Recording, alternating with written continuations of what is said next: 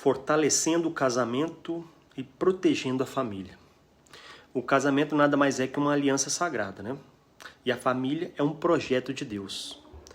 Quando o nosso lar é firmado na palavra de Deus, ele se torna um lar inabalável. Lá em Salmo 127:1 diz: se o Senhor não edificar a casa, em vão trabalhos que a edificam.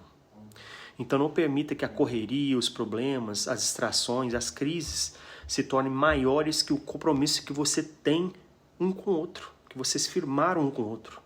Conversem, orem juntos, perdoem com facilidade, amem com intensidade. Família é prioridade, casamento é uma missão. E quando Deus é o centro do seu casamento, da sua família, o amor se renova a cada dia. Então que Deus esteja na sua família, no seu casamento e que te abençoe mais e mais em nome do Senhor Jesus. Amém.